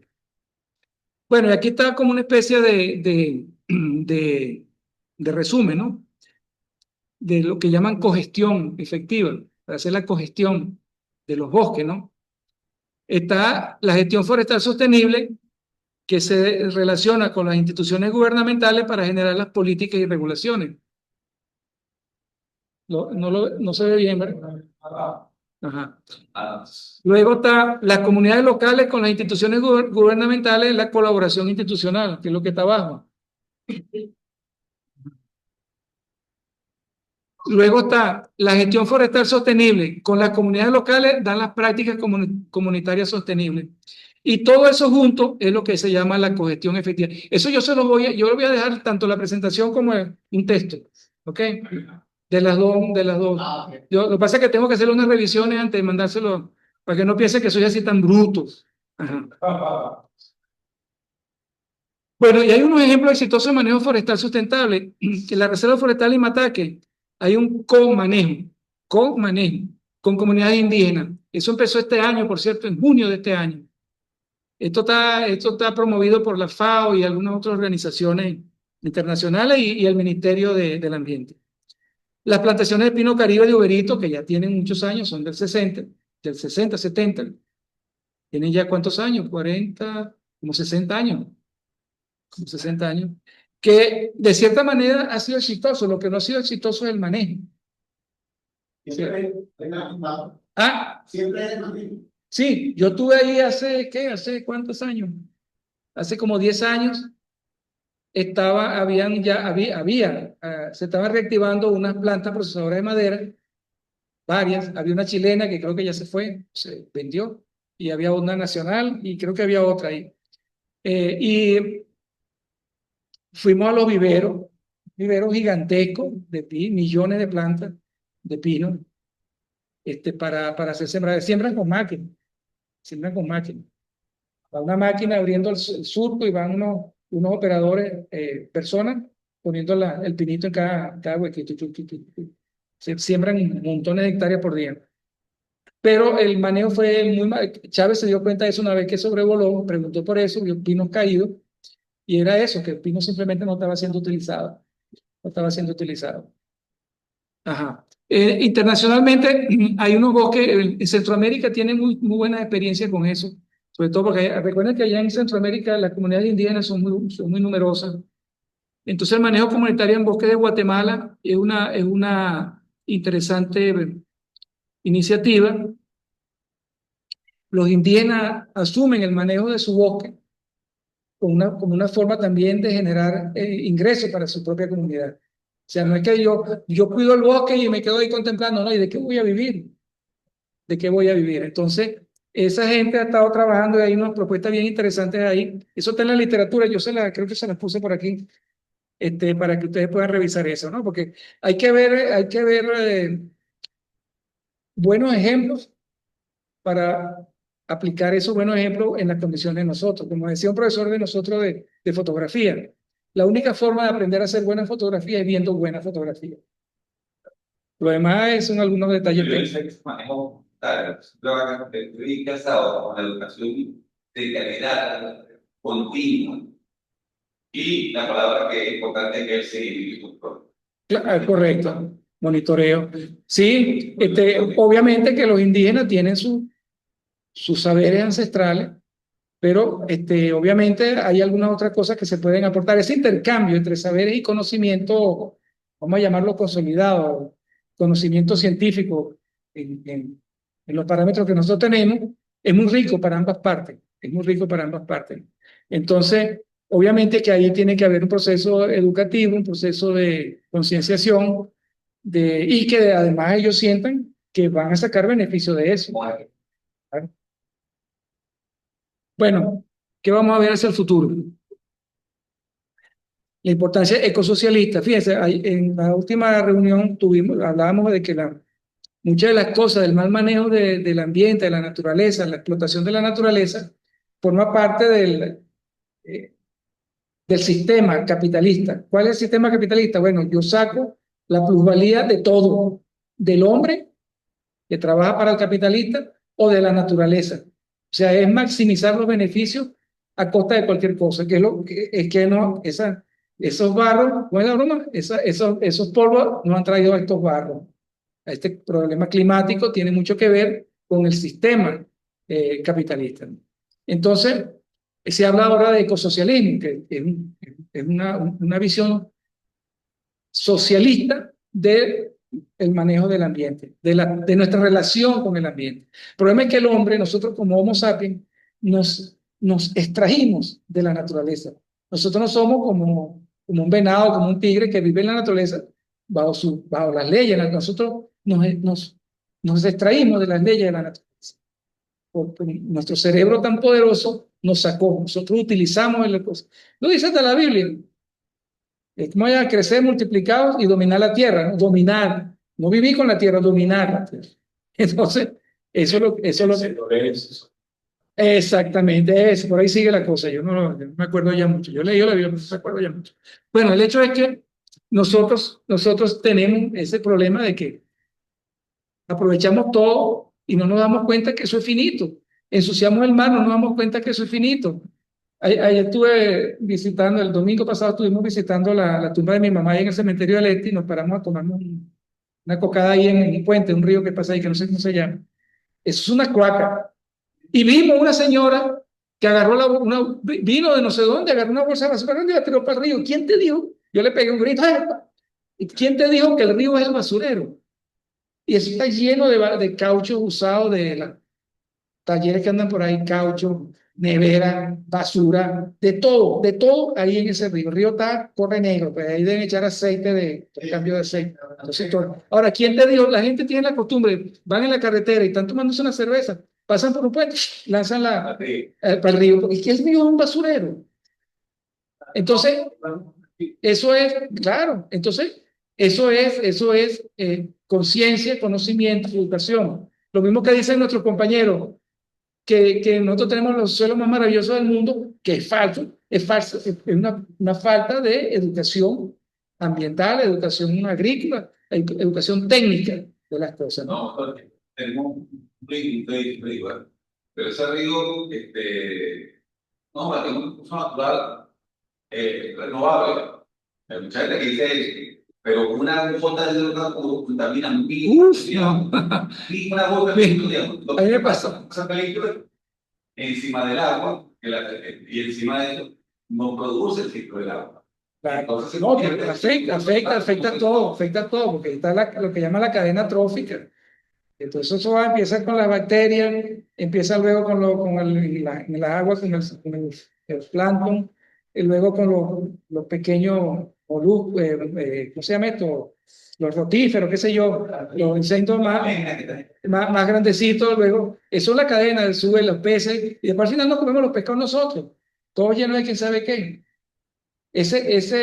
Aquí hay un filet que venden de pescado que dicen que es de lenguado. Yo tengo mi sospecha, yo pienso que son peces del lago de Valencia. Lo filetean. Sí, esa. Ajá. Ajá. Entonces, imagínense ustedes, yo vi en el Pao Cachinche, que es el agua, una parte del agua que surte a la ciudad de Valencia. Tú estás llegando a Pao Cachinche y hiede, porque hay un proceso que se llama eutrofización, que comienzan procesos de degradación anaeróbica y eso genera gases que hieden. Y ese es el agua que tienen que potabilizar en el Alejo Zuluaga, que cuesta un dineral para quitarle toda esa... Ajá. Entonces, ¿qué sucede? Yo vi ahí gente pescando con atarraya en el Pao Cachinche.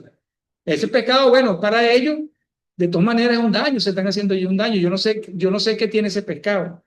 Ajá. Luego está el lago de Valencia y ha sucedido casos terribles, por ejemplo, en Japón, una cuestión que llaman plutonismo, que generó una cantidad de malformaciones en los niños porque están comiendo productos del mar cargados de plomo, cargados de plomo. Y bueno, y después vino con el tsunami que arrasó con una planta de energía nuclear que está en la orilla del mar. Eso le echaron tierrita, eso le echaron tierrita. ¿Tienes algún sobre Río Chico donde se toca el río y a través del pueblo? Yo hice unos estudios por ahí con un compañero porque hubo una denuncia de que el cacao tenía cadmio. Cadmio, un metal que es tóxico y que penaliza mucho los productos de exportación. Y justamente se habían devuelto varios cargamentos de cacao para Japón, porque denunciaban que tenía niveles muy altos de cadmio. Y bueno, un compañero estuvimos haciendo estudios, muestreamos suelo, hojarasca, planta, todo. Las semillas de cacao que se ponen a secar a la orilla de la carretera. Y no conseguimos cambio. Pero puede darse el caso, ¿no? Puede darse el caso. También muestreamos plomo, porque la gasolina de aquella época usaba plomo, tetraetilo de plomo, entonces coño, será el plomo, no conseguimos plomo tampoco. Pero bueno, el hecho es que la contaminación en la naturaleza es bestial. Bueno, si el mercurio Bueno. consume el mercurio, el mercurio que existe. Sí, y es acumulativo. No, eso es bueno, honestamente, lo de Amazon, eso no tiene nombre, lo que está pasando ahí, eso no tiene nombre. Una vez volando nosotros de la Esmeralda a San Fernando de Atabapo, en un avión militar que nos dio la cola, veníamos de muestrear por allá por un sitio, una aldea llanovana que se llama Platanal. Nosotros le decimos Platanal, ellos tienen otro nombre. ahí arriba en la parte alta del Orinoco. El río es angostico ahí. Bueno, entonces yo veo como unos círculos blancos, porque son arenas muy lavadas, los suelos son extremadamente lavados, entonces lo que queda es la arena. Yo hice muestreo de eso y de detectismo por rayos X, y eso es cuarzo, pues eso puede servir hasta para hacer vidrio. Cuarzo blanquito, arena de cuarzo, blanquita. 90 y no sé cuánto por ciento cuarzo, no sílice, sino cuarzo. Entonces, yo vi unos redondeles blancos en la selva donde se clareaba la selva, unos redondeles blancos. Yo le pregunto a uno de los militares que está ahí, ¿eso qué es? Esos son minas de diamante. Entonces, cuando tú pelas eso de vegetación para que nazca una plantita ahí, hermano, eso va a pasar años, años y años y años. Entonces, claro, por supuesto, la gran sabana es sabana porque el suelo no sirve para nada, el suelo está absolutamente lavado de nutrientes. Por eso es que crece esa hierbita pequeñita que tú viste. Por eso es que hay plantas, como la drosófila, la drosera, las plantas carnívoras, que por cierto, uno las ve grandotas por las películas, no, son chiquititas así, pero son carnívoras, cualquier bichito que se mete ahí se lo come, porque no hay nitrógeno en el suelo. ¿Dónde buscan el nitrógeno? En los animalitos. Esa es la estrategia que desarrollaron evolutivamente. Entonces una sabana de origen edáfico. De origen edáfico. Entramos en lo que tú dices, el tema muy importante político, es la persona, un militar, como en este caso, el ejército, pues aérea, armada, o sea, que desconozca este tema, puede caer en el tema de la OTAN. Querían hacer la operación Boquete y la Gran Sabana. Sí. Oye, nada más fueron 4 años. ¿Usted sabe el daño que haría? No, eso sin usar dinamita, con el agua, un chorro de agua, tienen una motobomba con una presión enorme y van destruyendo el suelo para que el suelo venga entonces ahí es donde lo van lavando. Después que lo tienen lavado es que le echan el mercurio, porque el mercurio es lo que extrae el oro. Y después eso con un soplete evaporan el mercurio. Acuérdense que el mercurio es un metal líquido que se evapora, queda el oro, pero ¿cuánto mercurio no se tragó ese hombre? ¿Y cuánto mercurio no se fue para el río? Ajá. Ajá. Entonces, se está haciendo un daño a la naturaleza, a la gente, todo el mundo, y además un desastre social, un desastre social. Entonces, los teratógenos son los contaminantes que generan monstruosidades. Por ejemplo, en los sitios donde hay muchos cultivos que son muy consumidores de veneno, por ejemplo, aquí en el Jarillo, con los venenos para los frutales, la fresa. Cuando coman fresa, laven eso, pero bastante. Es mejor comer mora que fresa, porque la mora es más resistente y tiene menos veneno. Las fresas le echan muchísimo veneno y no cumplen con las normas que dice el veneno. El veneno dice que tienes que dejar pasar no sé cuántos días antes de cosechar, lo cosechan antes y te venden en la fresa con veneno. Sí. Porque el veneno es biodegradable, pero hay que darle tiempo. Dime. Es como, recuerda que decir, primero la arriba al navío, que la verdad, y se encontraron con información Eso es lo que se llama teratogénesis. Del consumo de tantas plantas, o sea, de tantas plantas. Claro. No, mira, yo vi en Guárico.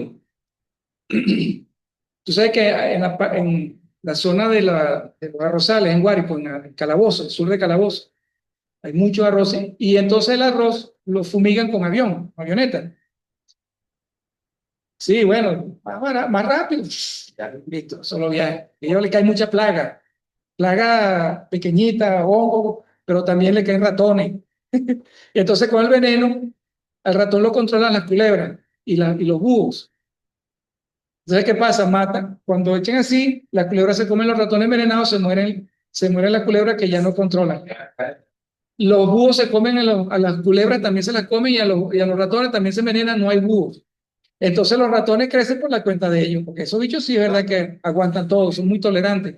Dice que la primera familia pasó por eso. ¿Sí? hubo una quema,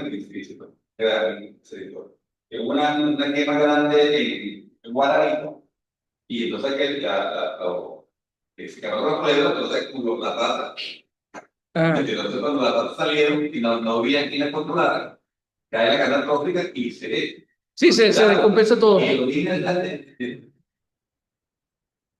la rata, ¿no? Peligrosísimo para se No, pero las ratas no transmiten la fiebre amarilla, son los zancudos. En todo caso, esos son los disturbios que uno causa por su intervención en la naturaleza, uno causa disturbios. Y esos disturbios revientan por cualquier lado. La naturaleza, no es que la naturaleza no tiene moral, no tiene ética. La naturaleza es la naturaleza, actúa con las leyes que ella tiene. Entonces, si tú, como hicieron en Australia, metieron el conejo para cazar, porque esa es otra cosa que tenemos nosotros, la cacería la tenemos aquí en el pueblo, para cazar. Entonces, el conejo no tenía ya un controlador. Y esa vaina es, bueno, sí, no toque. Después metieron el bufo marino, el sapo ese grandote, se llama bufus marinos. Sí, como el venado. Eso también se convirtió en una plaga. El venado de Estados Unidos. Bueno, el venado de Estados Unidos es que no tiene los controladores naturales. Entonces ellos lo que tienen, ¿qué es lo que hacen? Ellos dan cuotas. Cuando llega la época de caza, bueno, se pueden extraer no sé cuántos venados. Aquí se hacía con el chigüire. Aquí se hacía con el chigüire, se hacía el estudio de la población de chigüire y se determinaba qué cantidad tú podías extraer. Y le daban el permiso al finquero de extraer X número de chigüire. Porque se pierde hay una cosa que se llama fraccionamiento de los ecosistemas.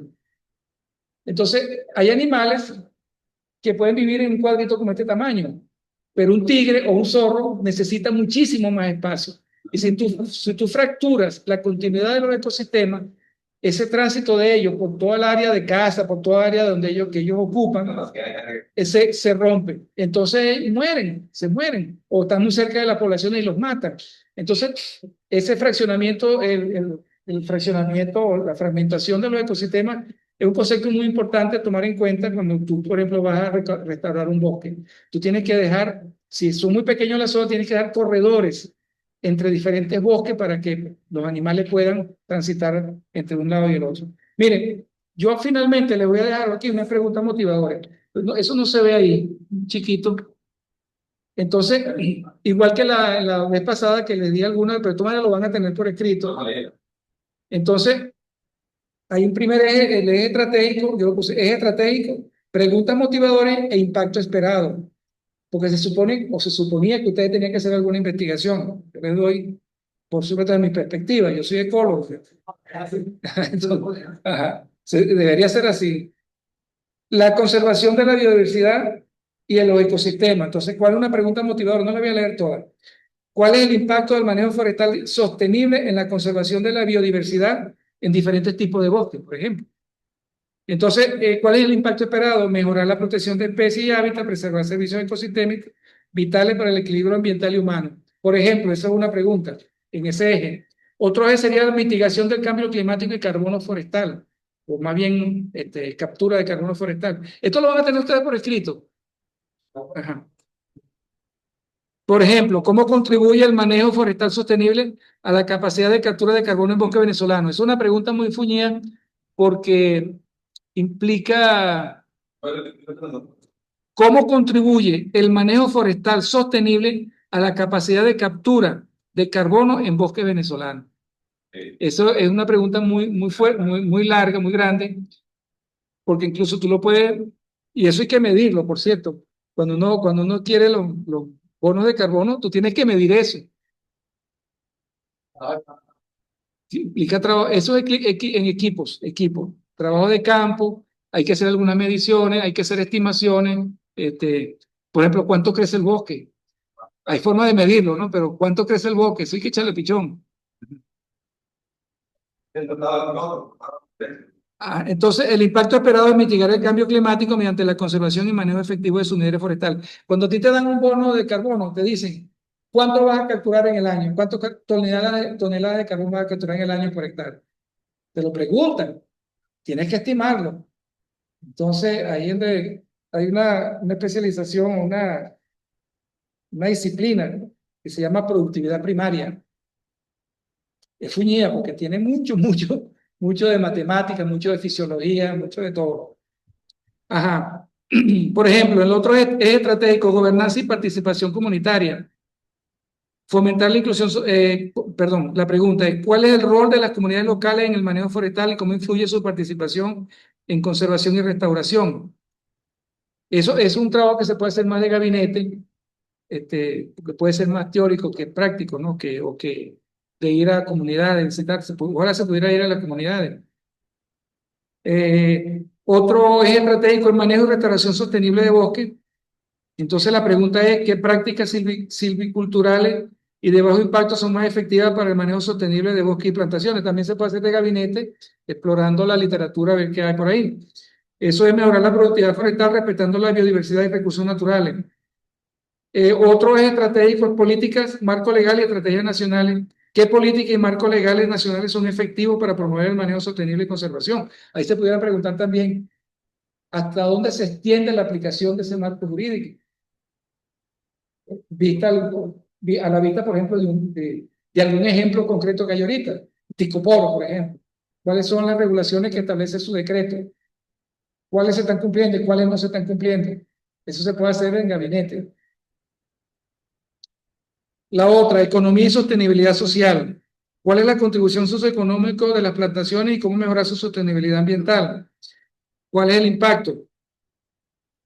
¿Evaluar resultados? No. Optimizar beneficios económicos sin comprometer la salud ecológica para un desarrollo sostenible. También puede ser un trabajo que se puede hacer por revisión bibliográfica, ¿no?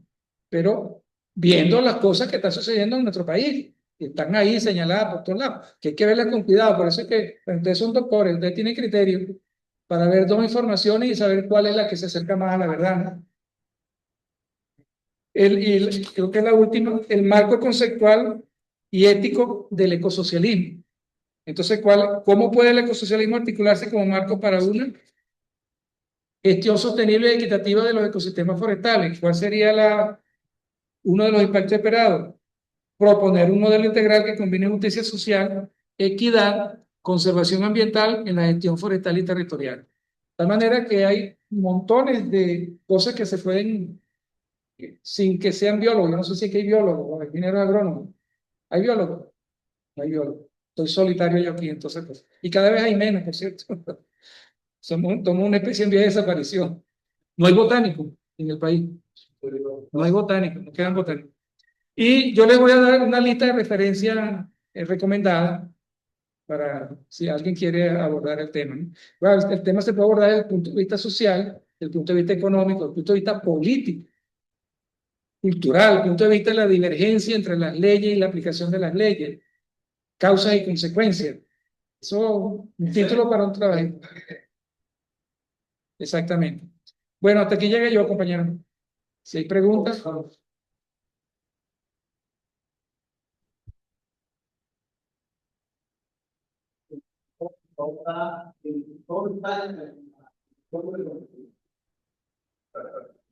ver, creo que la gente desconoce mucho lo que son la gran diversidad que tenemos nosotros, la gran riqueza de plantas que tenemos. Por ejemplo, en estos días me tocó el nivel, observar a una gente que estaba por allí haciendo una limpieza en el hábito, y reconociendo que era un hogar. ¿Se consiguió? Un hogar, la rata, Ajá. un hogar de Caracas. Al Nogal, el Nogal. Yo le dije antes que fue, le dije creo que era otro nombre, el Nogal de Caracas. ¿Sabes qué manda eso? Vamos a hacer un árbol. Es un árbol, pero fue ficción. Y se va a otro es el cují. Jack Curí. Oye, yo veo como la gente masacra el cují y eso a mí no. Ese es un árbol noble, ¿vale? Por cierto, el Curí es un árbol noble. El yaque, le dicen Margarita. ¿Sabes con qué hacen los peñeros? Con yaque. Imagínate, tiene que ser un árbol grande porque ellos cuando ven el fabricante de peñero, que es una cuestión artesanal de saberes, eso no se aprende en ninguna parte, lo aprenden ellos. Ellos cuando ven el árbol, inmediatamente ven todas las partes, las piezas del peñero, lo ven en el árbol. Este sale, esto sirve para tal cosa, esto es para la quilla, este es para no sé qué cosa, este es para esto. Lo ven ahí en el árbol. Sí, ellos ven cada pieza que compone el peñero, lo ven en el árbol. Eso me lo contó uno que fabrica peñero. Entonces, es impresionante. Mira, el pují da fruto para los animales de muy alta proteína. Las hojitas también se las pueden comer, los chivos se comen eso. Luego la madera es una madera noble, porque los árboles que crecen lento son más densos con la madera, los que crecen muy rápido son más porosos. Por eso es que el pino caribe pierde su calidad a los 6, 8 o 10 años, porque es un árbol de crecimiento rápido. Y en el trópico eso es común. Entonces los árboles de maderas nobles, el cedro, ¿cuál es el otro? El roble. Aunque el roble y el cedro nuestro no son como el cedro y el roble europeo. Puede que los europeos llegaron aquí y ellos trataron, ¿cuál era su referencia? Los árboles que ellos tenían allá en Europa. Cuando llegaron aquí veían uno parecido y dicen, bueno, ese es el cedro, pero el cedro no es el cedro de aquí no es el cedro de ellos, es otro cedro. Yo tengo dudas todavía con el pan de palo. Ok, sí. Yo tenía un colega que lamentablemente murió de origen español. El pan de palo yo le decía, pues es la castaña. No, esa no es la castaña. Pero yo las veo igualitas. En Francia las venden en invierno, las venden asadas en la calle. Te la dan en un cucurucho de periódico y yo veía que la gente se lo mete por aquí así, como está caliente, se lo mete aquí para calentarse el cuerpo, ¿no? Y yo lo agarro, para mí es pan de palo, la castaña. Entonces él dice que eran dos especies diferentes. Yo todavía no he logrado, no he logrado dilucidar ese misterio, ¿no? Entonces, así como el cují, hay muchos árboles que realmente tienen un alto valor, no solamente ecosistémico. Recuérdense que yo le decía en la otra clase que los ecosistemas tienen estructura y tienen función. Hay una estructura, están como nos lo enseñaron en la escuela, en bachillerato creo que nos enseñaban, los productores primarios, los productores secundarios, los carnívoros, no sé qué cosas. Esos son, digamos, como los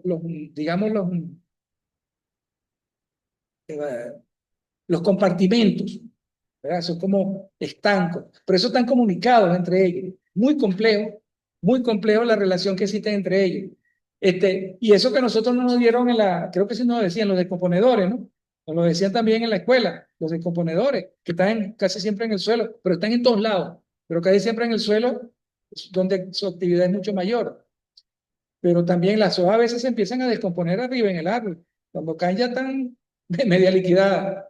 O sea, cuando yo estuve parando en medio, yo veía que por lo llano se entraba daño, papá. Pero cuando llegaba, decía el dueño de toda esa sembradío de papa, debe ser para el capitán, venga para que coma casa. Y yo veía que en el patito de él tenía una papa, pero aparte, sí, tú no comes esa papa, te preocupó, y no comes esa papa. La papa que él sembraba yo la comía, porque eso tiene Mucho veneno. Y en cambio, la que yo tengo aquí, personal para mi casa, yo la manejo con. Sí, porque esas son papas porque ellas son muy resistentes y tolerantes a las enfermedades, porque son de ahí. Sí. En cambio, las papas grandes, las que nosotros no comemos, son papas Sí. que las han llevado a esas condiciones y son muy frágiles, muy poco tolerantes a las enfermedades, y por eso es que le echan tanto veneno. Entonces, yo también noté en él, de que perfectamente la persona, él además que tenía esas papas, tenía todo lo que era cebollín, todo, gallinita, cochino, tenía todo ahí.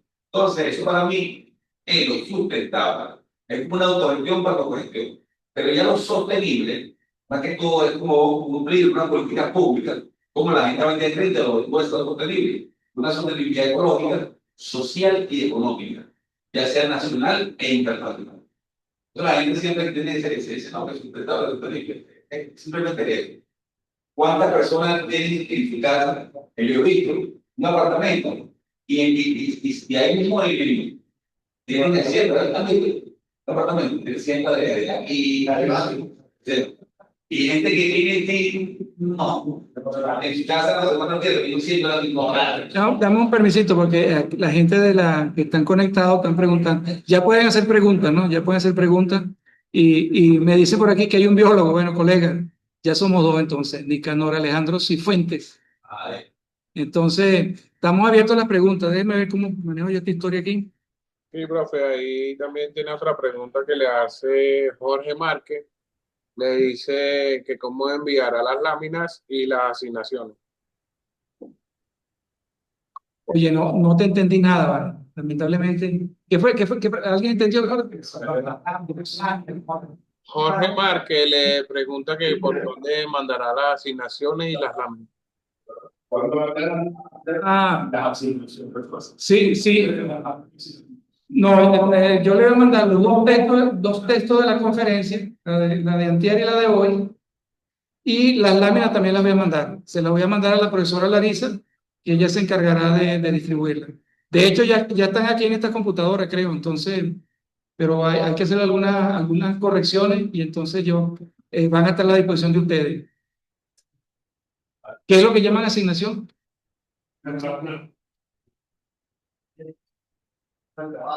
No. Yo no voy a dar ningún tipo de asignación porque esa no es la instrucción que tengo. Simplemente de dar dos clases sin asignación. Lo único que sí es que estoy dando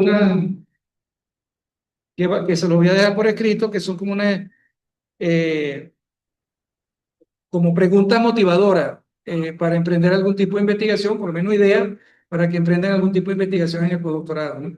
Pero no hay asignación, o sea, yo no voy a evaluar nada.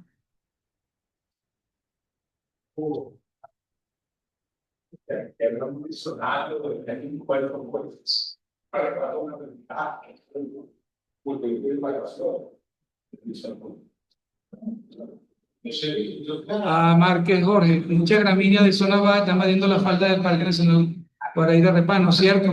Eso es propio por las quemas. Lo que invade primero son las gramíneas que son bastante agresivas, que son plantas que hay siempre pioneras.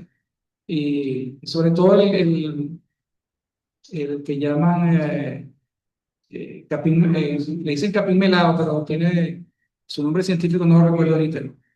Esa es la que más rápidamente invade esa zona, igual que los helechos. Son también son plantas agresivas porque son plantas, ¿cómo es que la llaman? Que son colonizadoras rápidamente. Ajá, Nicanor. Bueno, mira, mi correo es el de trabajo, lo voy a poner en el papel que voy a dejar aquí con la profesora Larisa, pero si lo quieres anotar de una vez, es prudenciachacón.ambiente,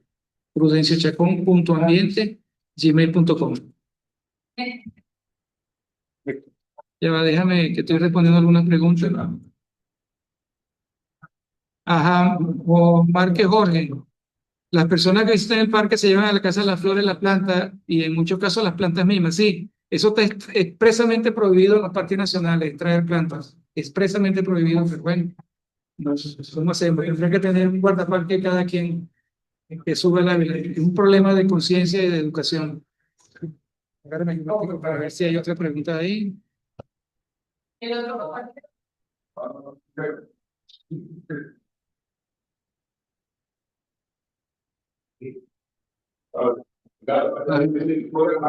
No, si quieres le dice.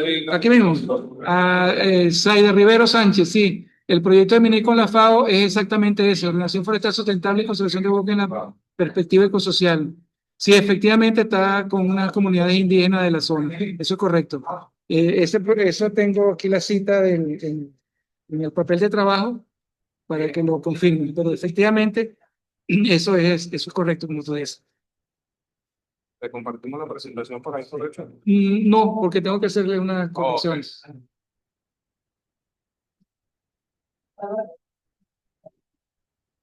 Ahí tenemos otra pregunta ¿A dónde está? hacia abajo. Listo. Hacia abajo. Sí, perfecto.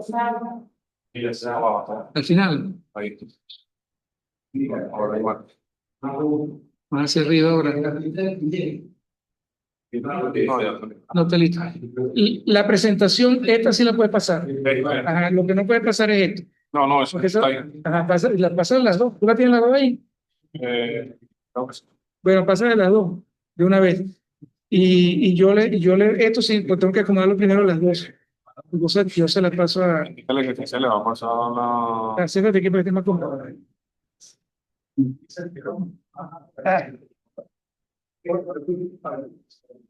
Profe, la que dice presentación 1. Presentación única, presentación dos, las dos. Ok. Tú le dices,